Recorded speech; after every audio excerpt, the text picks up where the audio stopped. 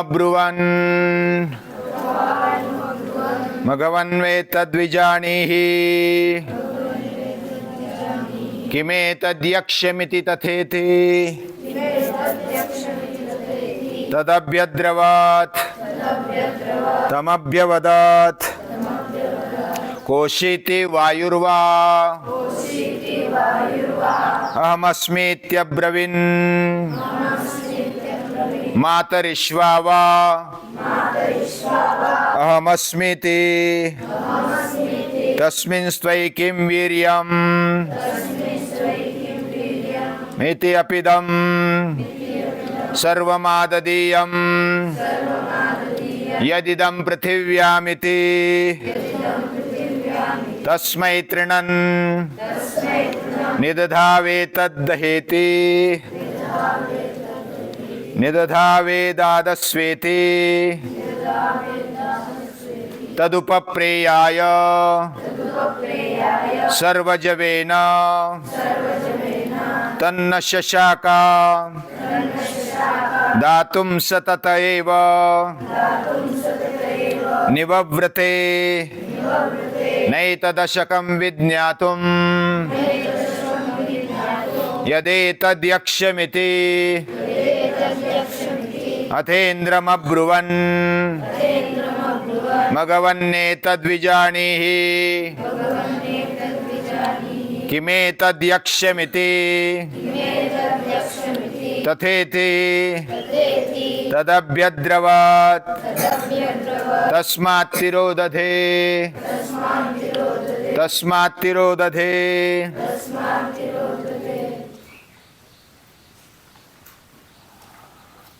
ये जो कथा है कि उपनिषद की कथा, केनोपनिषद की कथा हमें अलग अलग प्रकार से सोचने के लिए बाध्य करती है।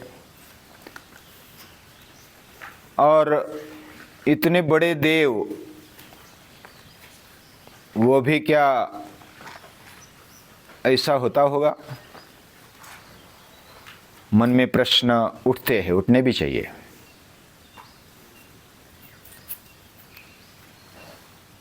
इस कथा में क्या लेना है यह महत्वपूर्ण है। देवों की सभा है, सभा में सभी अपने विजय का उत्सव मना रहे। विजयोस्माकमेवायम्। और उतने में यक्ष आते हैं,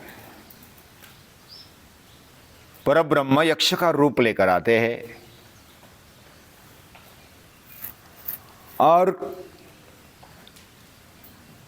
आते ही वे खड़े रहे और देखते हैं कौन क्या करता है। सभी देखते हैं।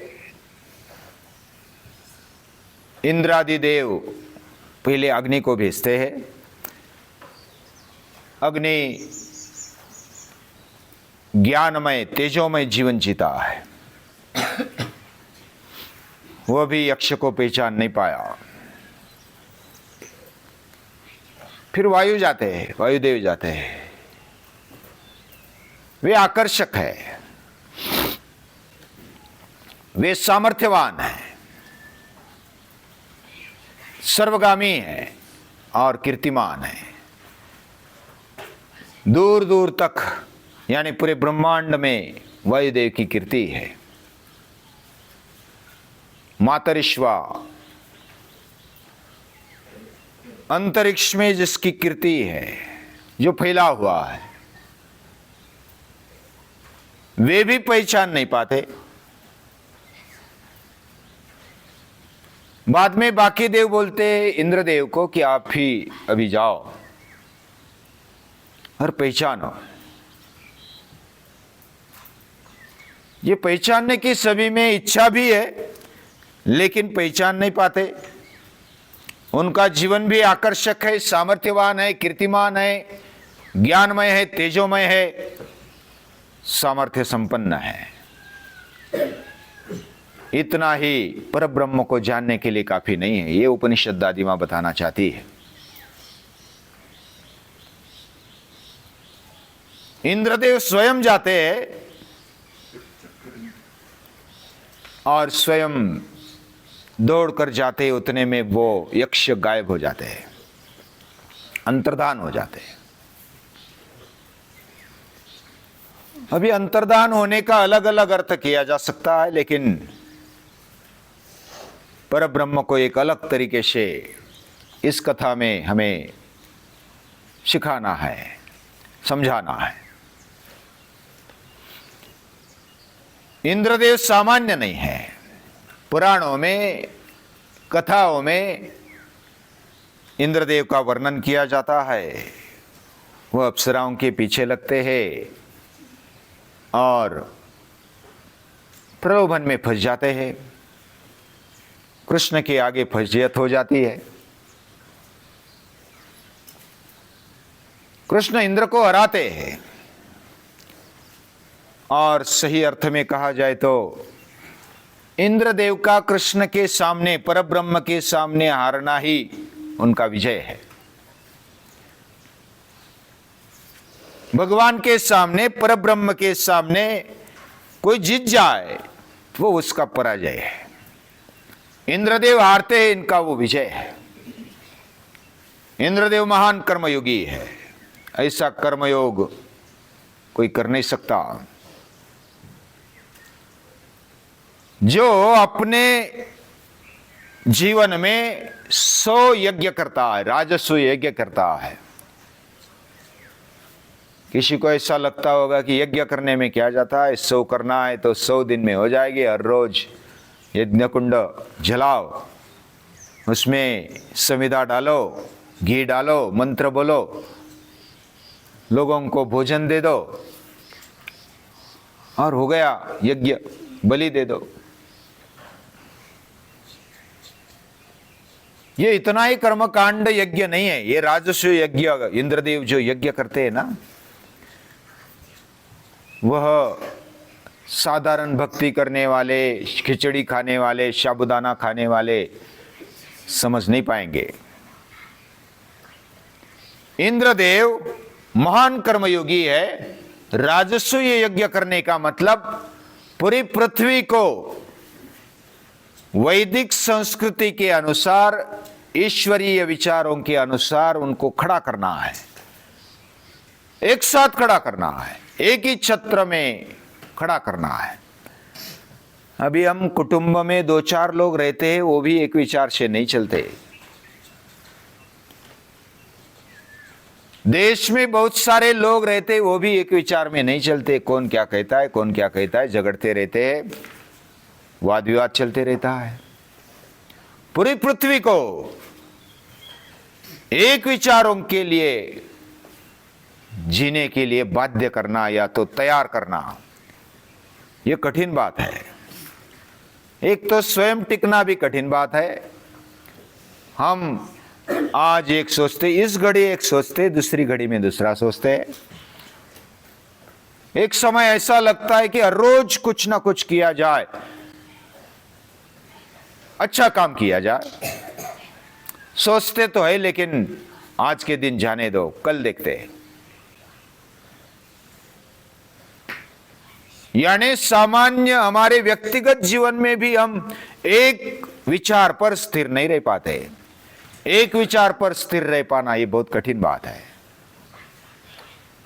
और ऐसे पूरे जीवन तक एक जीवन में अगर पुरुषार्थी है, सच्चा युवान है, शूरवीर है, सामर्थ्य संपन्न है, धन धान्य संपन्न है और बुद्धिमान भी है, ऐसा कोई राजा, वह एक जन्म में एक यज्ञ कर पाएगा।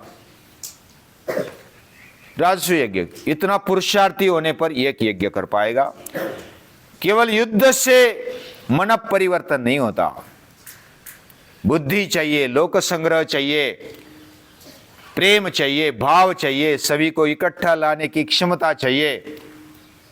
यानी एक तरफ सामर्थ्य है, दूसरी तरफ बुद्धि है, तीसरी तरफ कर्मयोग है। और ऐसा महान कर्मयोग करने वाला एक यज्ञ एक जन्म में हो सकता है, हो सकता है।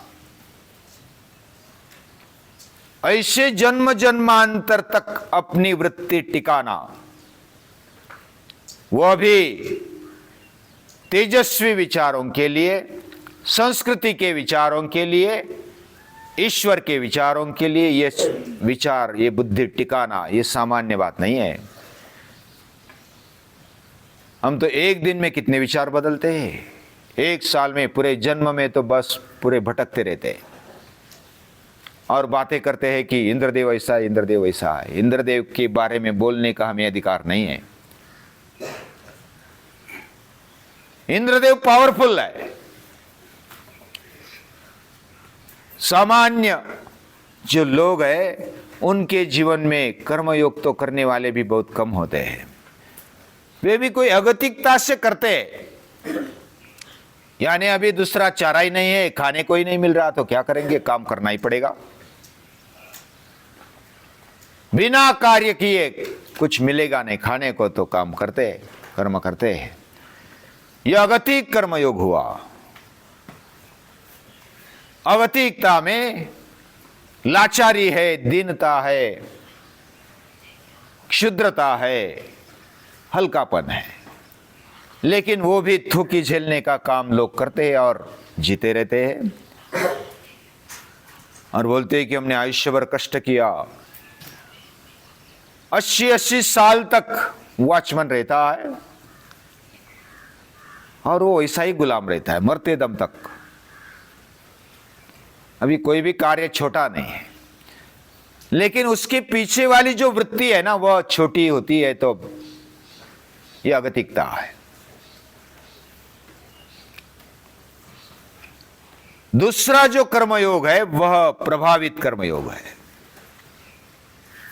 यानी हमने किसी का चरित्र देखा, यह ऐसा जीवन जीता है, तेजस्विता से जीता है, सामर्थ्यवान है, बुद्धिमान है, अपने कार्य में कभी चूकता नहीं।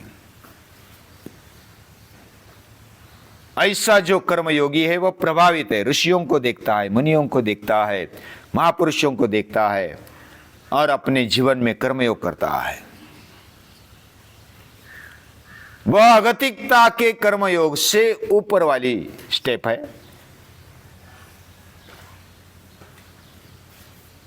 और तीसरा जो कर्मयोग है ना, वह समर्थ कर्मयोग है, जो स्वयं समर्थ है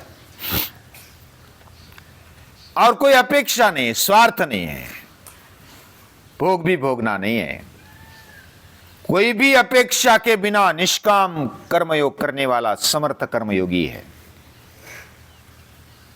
और ऐसे कर्मयोगी योगीश्वर याज्ञवल्क्य, उनको हम भगवान का दर्जा देते हैं। भगवान याज्ञवल्क्य है, भगवान पाणिनि है, भगवान पतंजलि है, भगवान वाल्मीकि है, भगवान वेदव्यास है।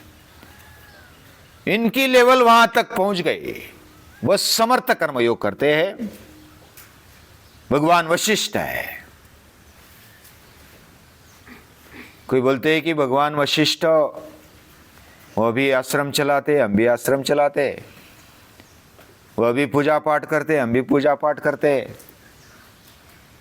वे भी यज्ञ करते, आहुतियां डालते, हम भी आहुतियां डालते, उनमें और हम में कुछ अंतर नहीं। लेकिन ये ऐसी सामान्य बात नहीं है। भगवान वशिष्ठ, भगवान याज्ञवल्क्य, उनका पुरुषार्थ देखेंगे तो पूरे समाज को उन्होंने इकट्ठा किया है, प्रेम से, बुद्धि से, विचारों से। खुद अपने अपने आत्मशक्ति पर समाज खड़ा होता है। स्वयं शासित समाज खड़ा करने की ताकत भगवान वशिष्ठ में है। क्या एक भी आदमी को हम खड़ा कर पाते हैं? एक भी हमारा सुनता नहीं है और बोलते हैं उनकी बातें। यानी छोटा मुंह बड़ी बात, ऐसा हो जाता है हमारा।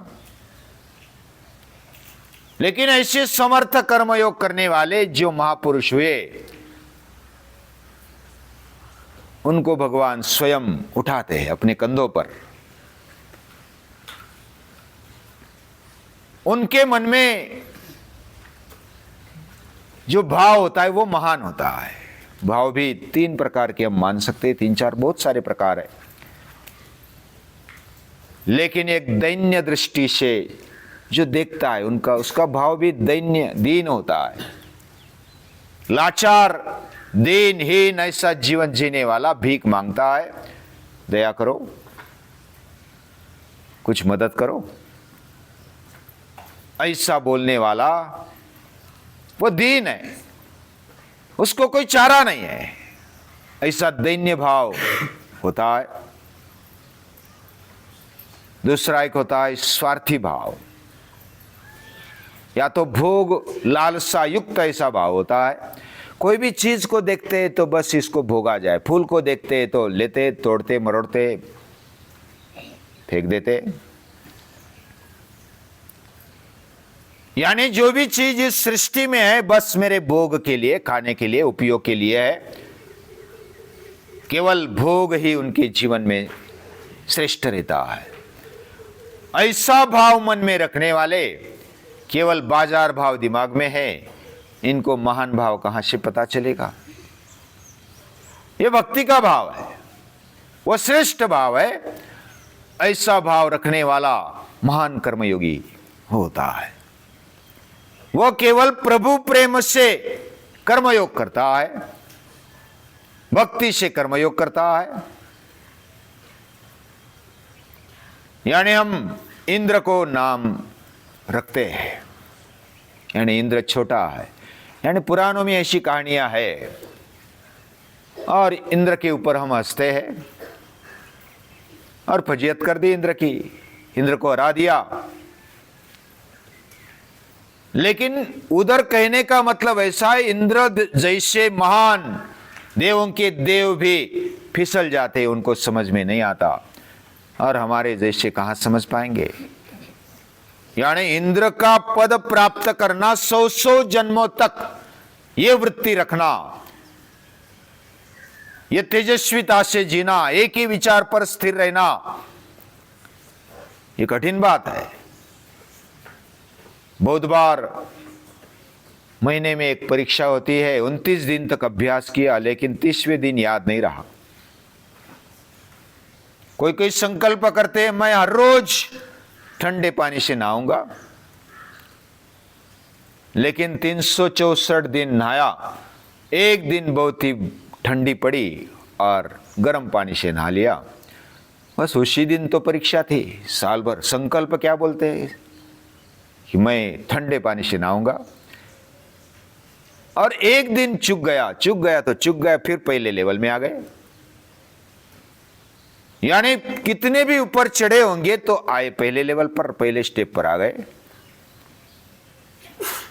ये केवल हंसना या तो कहना सहज बात है, लेकिन जो करता है, जो मेहनत करता है, सातत्यपूर्ण मेहनत करता है, महान कर्मयोगी वही है। और महान भाव और कर्मयोग जिनके जीवन में होता है, उनके जीवन में प्रभु राह देखते हैं। ये मुझे मिलने के लिए आ जाए, मैं स्वयं जाऊं। और इंद्रदेव स्वयं आते हैं, यक्ष अंतर्धान हो जाते हैं, और अंतर्धान होने के बाद क्या उनके मन में चल रहा होगा? अंतर्धान हुए मतलब उधर है लेकिन शरीर रूप में नहीं रहे, गायब हो गए। उनको क्या कहना है, क्या है आगे की कहानी, वो आगे देखेंगे। आज के लिए इतना ही। सभी को नमस्कार।